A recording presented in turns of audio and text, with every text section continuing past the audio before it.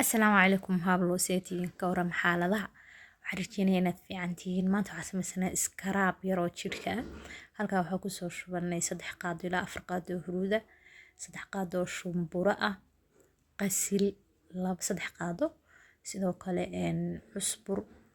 oo isna 3 qaado ah wixii kale aad haysatid waad ku darsan kartaa waxaan isticmaalaynaa iskaraab inta aan haysano waa kafee huruud iyo dhuxul waxaan ku darsanaynaa kale hal qaado basbaas kaga daray jirka si aanu qallayl kaaga dareemin waxaa ku darsanaysaa saliid ama kareem hadda ka haysatid aniga waxaa haystay kareemka waxaan ku daray sonkor yar oo hal qaado iyo bar meelahaas intaas baan dhagis ku soo siinaynaa sonkorta booskeeda waxaad gashan kartaa timir aad biyo la dhigatay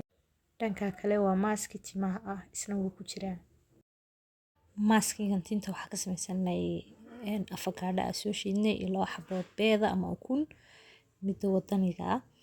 sidoo kale waxaa ku darsanaynaa markaas si fiican u soo qasano cilaan adigu hal qaado meelahaas cilaan ah